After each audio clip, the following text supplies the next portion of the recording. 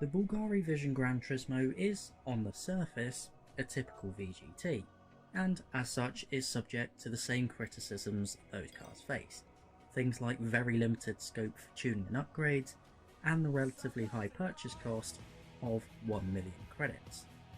And that's without getting into discussions about the cynicism of the marketing involved with this car in particular.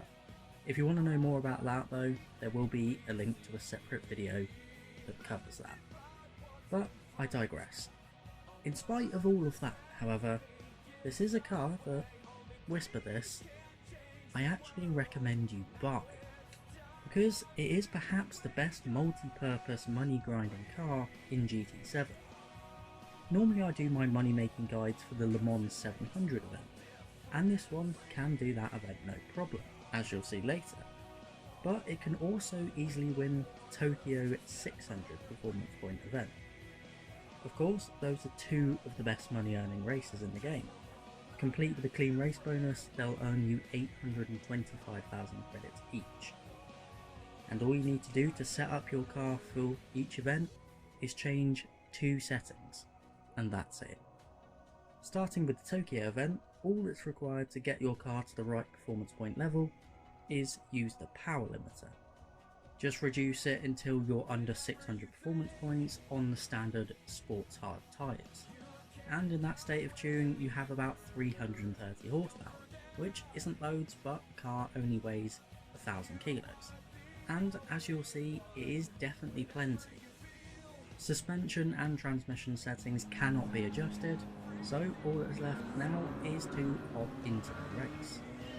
And here the Bulgari's main strength instantly becomes apparent: its fuel efficiency. For this race, even on the leanest fuel map, it doesn't have to stop at all, and you even finish the race with plenty of fuel to spare. Whereas all your opponent cars will stop, most of them twice, I believe.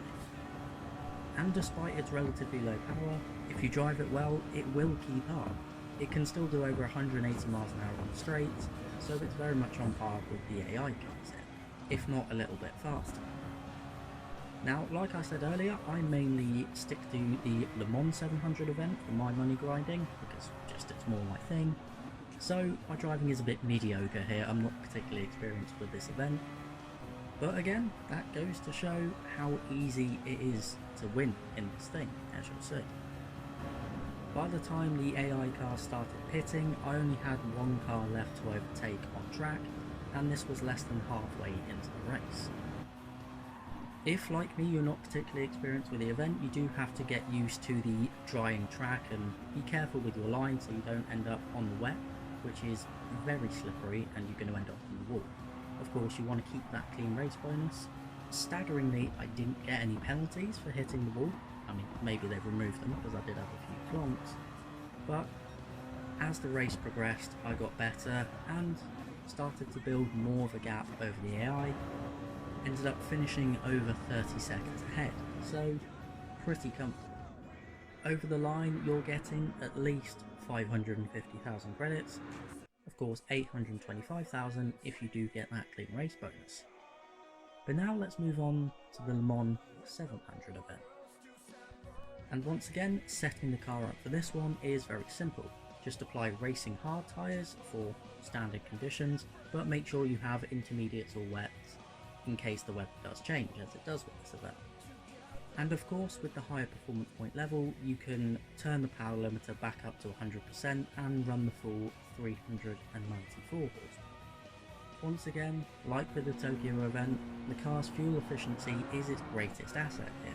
You can't run it on the leanest possible mixture because this race has a higher multiplier on the fuel usage, but you can still no stop it if you choose correctly. But really that is dependent on the tyres and what happens with the weather if you need to switch to intermediates or wets. Regardless of the situation though, you will easily be able to beat the AI even if you're not the best driver in the world. And without the city walls of Tokyo, even though this event does take a few minutes longer, you are pretty much guaranteed to get that clean race bonus. Of course, there's also opportunity for high speeds here, again doing over 180 miles an hour, so you are faster than the Group 4 cars that you're competing against. and thanks to its lightweight, it is also pretty easy on the tyres. Standard rules apply. Of course, try and avoid contact with the AI and keep an eye on the radar, because it's a long lap, so if you don't pit at the right time, you might be struggling for quite a while. But like I said, it's a pretty easy win, and there we have it. Another way to earn 825,000 credits using your BVLGARI VGT. Do both of these events, it will take you about an hour, just a bit less, and you would have more than earned the price of that car back. So I do encourage you to give it a go. Let me know what you think of the car if you have it already, and if you are going to try using it for this. But that's going to be it from me, so thank you very much for watching, and have a good day.